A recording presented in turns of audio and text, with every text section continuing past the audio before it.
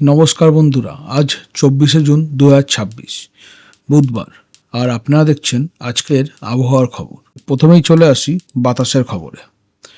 দক্ষিণবঙ্গে সাধারণভাবে দক্ষিণ দক্ষিণ পশ্চিম দিকের আর্দ্র হাওয়া সক্রিয় থাকবে। বজ্রঝড়ের সময় বেশ কিছু জায়গায় 30 থেকে 40 কিলোমিটার ঘন্টা, কোথাও কোথাও 40 থেকে 50 কিলোমিটার ঘন্টা পর্যন্ত দমকা হাওয়া উঠতে পারে। নদিয়া, মুর্শিদাবাদ, বীরভূম, দুই বর্ধমানে ঝোড়ো হাওয়ার সম্ভাবনা তুলনামূলকভাবে বেশি। উত্তরবঙ্গে ভারী বৃষ্টির সঙ্গে মাঝারি দমকা হাওয়া যুক্ত থাকতে পারে, বিশেষ করে ডুয়ার্স ও পাহাড়ের সংলগ্ন জেলাগুলিতে। কলকাতায় সকাল থেকে আর্দ্র হাওয়া চলবে, দুপুরের পর দমকা হাওয়া বইতে পারে। বৃষ্টির সময় 30 থেকে 40 কিলোমিটার প্রতি ঘন্টায় হাওয়া বইতে পারে।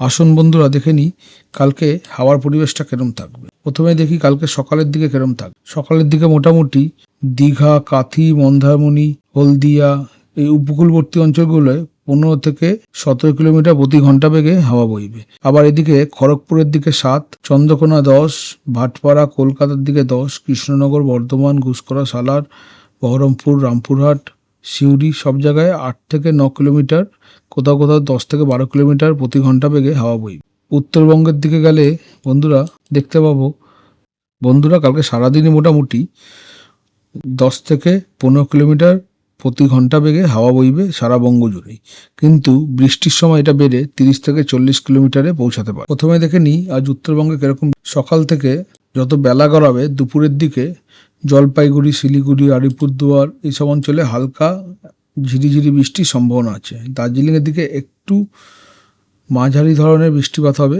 কিন্তু বাকি সব জায়গায় পুরো উত্তরবঙ্গ জুড়েই হালকা বৃষ্টি আছে দুপুর পর্যন্ত। বেলা গড়ার সাথে সাথে সন্ধ্যাবেলার দিকে শিলিগুড়ি, জলপাইগুড়ি, দার্জিলিং এই অঞ্চলগুলোতে মাঝারি ধরনের বৃষ্টি দেখা যাবে।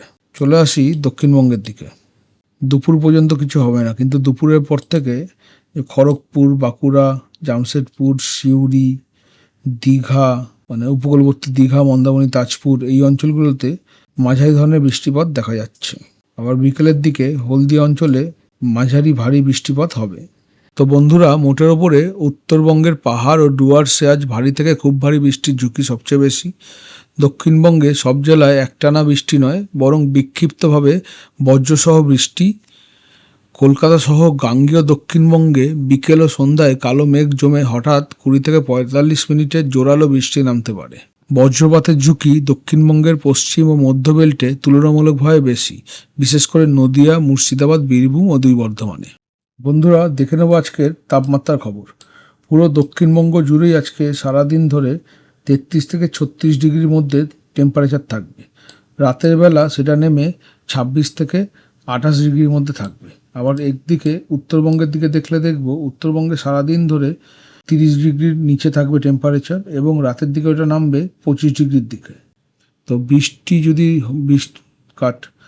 তার মানে বন্ধুরা, বৃষ্টি হলেও তাপমাত্রা যে খুব বেশি নামবে তা নয়, গরম ও অস্বস্তিকর আবহাওয়া চলতেই থাকবে। তাহলে বন্ধুরা, উত্তরবঙ্গে আজ সবচেয়ে বেশি সতর্কতার জায়গা, বিশেষ করে দার্জিলিং, কালিম্পং, জলপাইগুড়ি, আলিপুরদুয়ার ও কোচবিহারে ভারী থেকে খুব ভারী বৃষ্টি হতে পারে।